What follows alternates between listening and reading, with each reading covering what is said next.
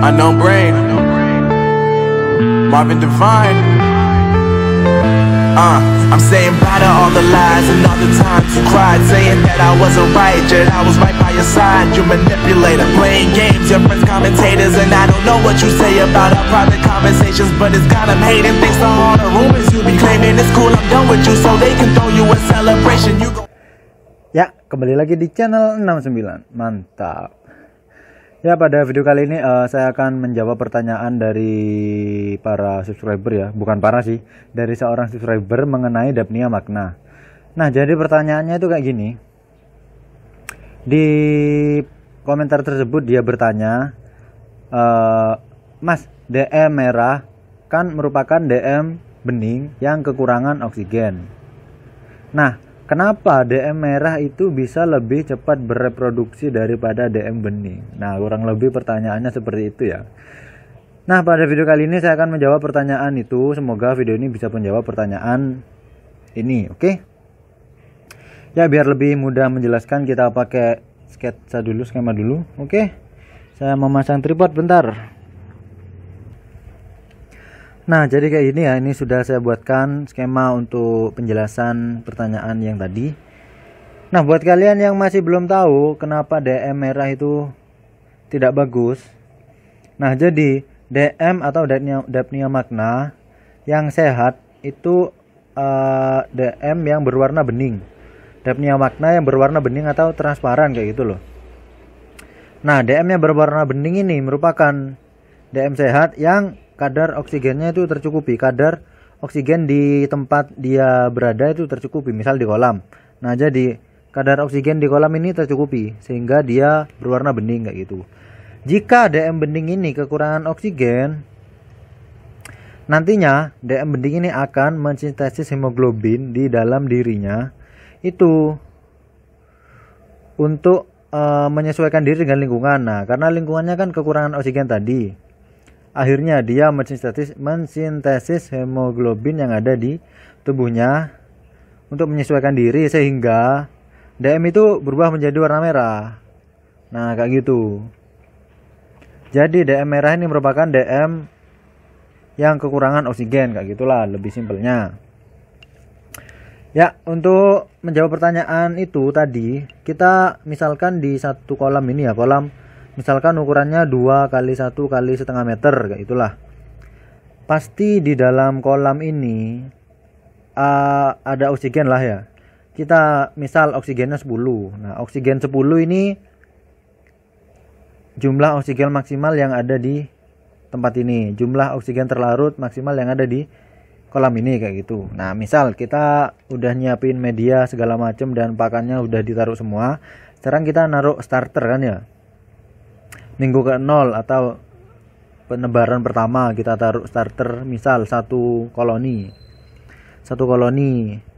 Setelah didiamkan 2 minggu lah, pastikan DM satu koloni ini akan berkembang biak menjadi banyak banget koloni ya. Misalkan kita ambil contoh dari satu koloni berkembang biak menjadi 4 koloni, 1 2 3 4 kayak gitu ya di minggu kedua. Jumlah koloni di sini 1 2 3 4 5. Kan ini masih usia 2 minggu. DM yang ini masih hidup, masih belum mati. Jadi kita hitung juga ya 1 2 3 4 5. 5 koloni Dapnia ini kebutuhan oksigennya itu masih cukup dengan jumlah 10. Misal jumlah oksigen 10 ini masih bisa mencukupi kebutuhan oksigen dari 5 koloni Dapnia ini. Sehingga Dapnia pada minggu kedua ini warnanya itu masih bening dan artinya itu oksigennya masih tercukupi kayak gitu. Nah, jika sudah masuk minggu keempat, nah otomatis kalau minggu keempat ini DM yang starter pertama itu sudah mati. Kenapa? Karena DM ini cuma berumur 32 hari ya. Jadi DM ini udah mati. Nah, dari 4 DM koloni ini, dari masing-masing koloni itu akan berkembang biak lagi menjadi 4 koloni lagi.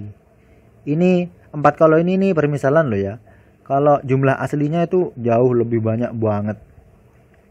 Nah, dari 4 koloni ini nantinya akan menjadi 1, 2, 3, 4, 5, 40 koloni. Nah, pada minggu keempat, ini jumlah DM yang ada di kolam ini sudah mencapai 40 koloni. Dan 40 koloni itu dengan ketersediaan oksigen sebanyak 10, itu kurang. Oksigennya kurang kalau cuman 10 dengan jumlah DM 40 koloni, itu kurang. Nah, pada fase ini bisa dikatakan bahwa DM itu sudah kekurangan oksigen dan warnanya itu sudah mulai memerah. Masih belum merah pekat loh ya, cuman mulai memerah kayak gitu. Biasanya agak-agak merah muda kayak gitu, pink lah kayak gitu. Nah, setelah masuk minggu ke-6, otomatis starter yang ini atau DM koloni yang pertama ini udah matilah ya, karena usianya sudah lewat. Nah, dari koloni yang di sini ada berapa ini? 16 koloni ini, dari satu koloni ini menjadi 4 lagi. Nah, jadi di sini ada 4 kali 16, itulah banyak pokoknya kan. Nah, pada minggu ke-6 ini DM-nya pasti akan berwarna merah pekat, pasti tulis. Karena kenapa? Karena ketersediaan oksigennya ini berkurang atau tidak mencukupi untuk kebutuhan DM sebanyak ini kayak gitu. Makanya DM-nya pasti berwarna merah. Biasanya untuk para peternak DM itu pada minggu ke-4 atau minggu ketiga, atau hampir mepet-mepet minggu ke-4 itu, misal dari 16 koloni ini dia panen 8 koloni kayak gitu, dia panen 12 koloni kayak gitu. Nah, sehingga sisa DF yang ada di kolam itu tinggal 4 koloni lagi. Nah, misal kalau udah 4 kan ke bawahnya nanti kayak gini lagi, dipanen lagi kayak gitu. Berkembang biak lagi, dipanen lagi kayak gitu. Nah, kayak gitu. Kalau misalkan dibiarin terus di kolam itu tanpa adanya pemanenan, DM itu akan berubah warna menjadi merah. Kalau kalian panen secara rutin, DM itu bisa tidak merah-merah banget.